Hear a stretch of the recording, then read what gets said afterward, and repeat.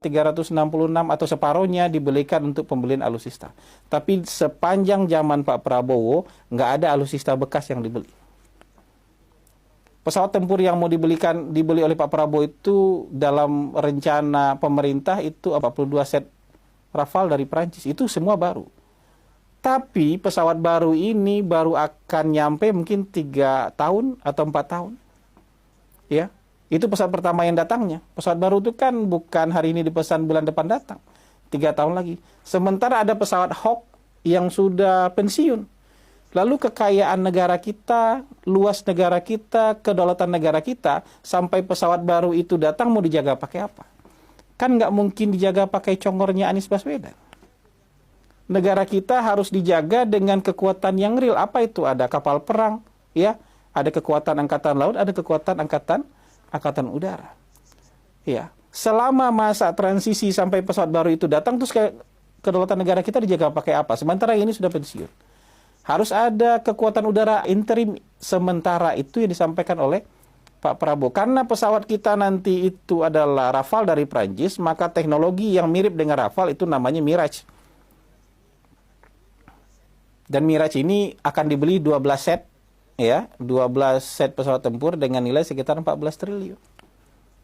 14 triliun, bukan 700 triliun untuk beli pesawat bekas. Kalau kita mau fair, 30 pesawat F-16 kita yang hari ini masih berfungsi, itu juga pesawat bekas yang dibeli dalam kurun waktu 2009-2012.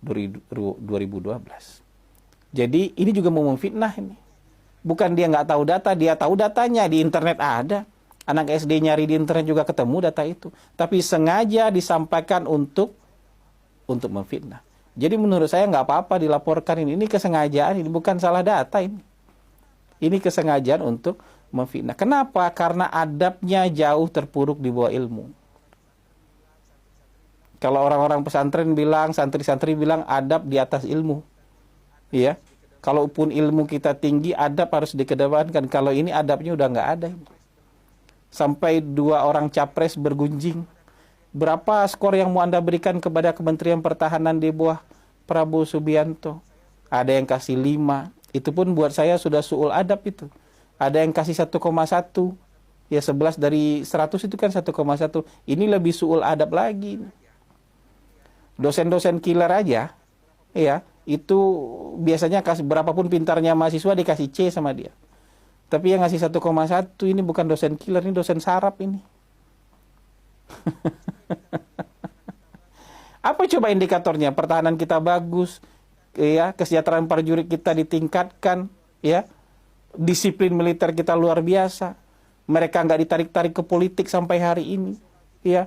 Institusi tentara nasional kita di approval ratingnya paling tinggi dari semua institusi. Kementerian Pertahanan dalam berbagai survei itu menjadi kementerian dengan kinerja terbaik menurut persepsi publik. Ya, hanya karena demi pilpres, hanya karena kebencian, hanya karena adab yang buruk, kemudian diberi angka 1,1. Jadi menurut saya itu yang mau saya komentari gitu. Ya, kita mau jadi bangsa yang beradab, tapi kita dipertontonkan dengan calon-calon pemimpin yang adabnya jauh terpuruk di bawah ilmu. Jadi ada berkahnya juga dari itu kemarin. Jadi masyarakat kemudian dapat menilai karakter, dapat menilai sifat kepribadian dari orang-orang yang akan jadi calon pemimpin. Pak Prabowo yang dibilang temperamental, yang dibilang pemarah, itu kelihatan sabar sekali walaupun dia menangis mungkin dalam hati. Ya, melihat orang 2 bergunjing di depan dia soal Kementerian Pertahanan tanpa ada kesempatan dia mengklarifikasi dan menjawab itu sama sekali. Ya. Kan Pak Prabowo juga bisa balas itu sebenarnya kalau mau ledek-ledekan, tanya sama Mas Ganjar. Mas Ganjar, berapa kira-kira skor Mas Anies Baswedan ketika memimpin DKI Jakarta? Kemudian tanya balik juga ke Mas Anies, berapa kira-kira skor Mas Ganjar ketika jadi gubernur Jawa Tengah? Tapi itu kan nggak beradab. Pak Prabowo nggak pernah mau menunjukkan sesuatu yang tidak beradab. Makanya ketika Mas Anies mempertanyakan soal etik lagi di akhir debat, Pak Prabowo bilang Anda nggak punya hak untuk bicara etik. Itu udah saking mangkalnya, tuh saking marahnya itu. Itu pun dia nggak mau buka. nggak mau buka rahasia yang dia pendam dalam-dalam soal etik kalau mau bicara etik dengan Anies Baswedan. Berapa kali saya bilang dalam siaran podcast saya, kalau mau bicara etik, ya Pak Prabowo bisa bilang, Anda nggak berhak bicara etika di depan saya. Gitu. Jadi, tapi ada berkahnya. Di antara semua su'ul adab, di adab-adab yang buruk ini, ada berkahnya. Saya awalnya hanya menyangka, wah ini mungkin satu dua pendukung yang tiba-tiba sedih melihat Pak Prabowo diperlakukan seperti itu. Melihat ekspresi Pak Prabowo yang menahan kesedihan, sambil mungkin menahan kekecewaan, melihat dua orang itu mempergunjingkan dan meledek dan mengolok-olok pertahanan tentara nasional kita, ya pertahanan negara kita, tentara nasional kita, melihat berseliweran mereka mengolok-olok dalam sebuah forum kenegaraan, ya kan? Kemudian Pak Prabowo tanpa punya kesempatan untuk ikut nimbrung di sana, ya, karena jatah mereka berdua yang bicara. Tapi ternyata ini bukan satu dua orang yang sedih, ternyata ribuan, mungkin puluhan ribu yang kemudian mengungkapkan kesedihan mereka di video-video TikTok. Hari ini saya udah sampai agak-agak ini nih, sudah sampai agak mau berhenti lihat TikTok dulu nih, karena lama-lama sedih juga lihat. Ya, begitu banyak orang yang mengekspresikan kesedihan dan kekecewaan mereka melihat Pak Prabowo diperlakukan seperti itu dalam forum debat. Pak Prabowo memang bukan lahir dari tradisi debat, tapi dia bisa berdebat dengan baik kalau misalnya dikasihkan suasana yang baik. Tapi melihat suasana yang seperti itu, dia kecewa sekali menurut saya. Dia kecewa sekali, dan ketika habis debat dia ungkapkan kekecewaannya. Ya, melihat ada dua orang yang ingin rahasia negara dibuka, melihat dua orang yang mengolok-olok pertahanan, ya, mengolok-olok situasi alat-alat pertahanan kita, mengolok-olok kinerja tentara nasional dan sistem pertahanan kita. Pak Prabowo mengurut dada itu.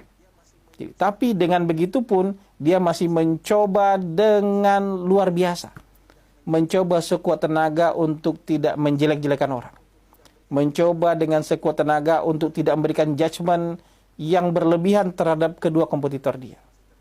Jadi jiwa patriotiknya masih terjaga, ya, jiwa nasionalismenya masih terjaga, jiwa bahwa dia, ya, setelah nanti selesai pilpres, ya, harus merangkul orang-orang yang mungkin pernah jadi lawan dia, mungkin masih terjaga sampai hari ini. Jadi itu saja ya yang bisa kita bahas kali ini. Kita hari ini melihatlah siapa yang adabnya terjaga, siapa yang adabnya jauh terpuruk di bawah ilmunya. Itu mungkin bisa membantu Anda untuk memperkuat atau untuk mengubah pilihan Anda dalam pilihan presiden 14 Februari tahun 2024 ini. Ya, semoga ini jadi renungan buat kita bersama. Kalau buat pendukung Prabowo Gibran, nggak usah sedih. Walaupun sedih nggak bisa dilarang ya, tapi nggak usah sedih berlarut-larut. Karena hari ini yang didapatkan oleh Pak Prabowo sebagai berkah dari debat itu bukan hanya air mata publik, bukan hanya kesedihan publik. Kalau sudah seperti itu cara publik mengekspresikan kesedihan mereka, ada yang mengekspresikannya dengan air mata, yang kita dapat bukan hanya air mata dan kesedihan. Percayalah, itu akan menjadi suara di bilik suara di TPS pada tanggal 14 Februari nanti. Terima kasih. Wabillahi taufik wal hidayah. Wallahu muwafiq ila aqwamit thariq. Wassalamualaikum warahmatullahi wabarakatuh.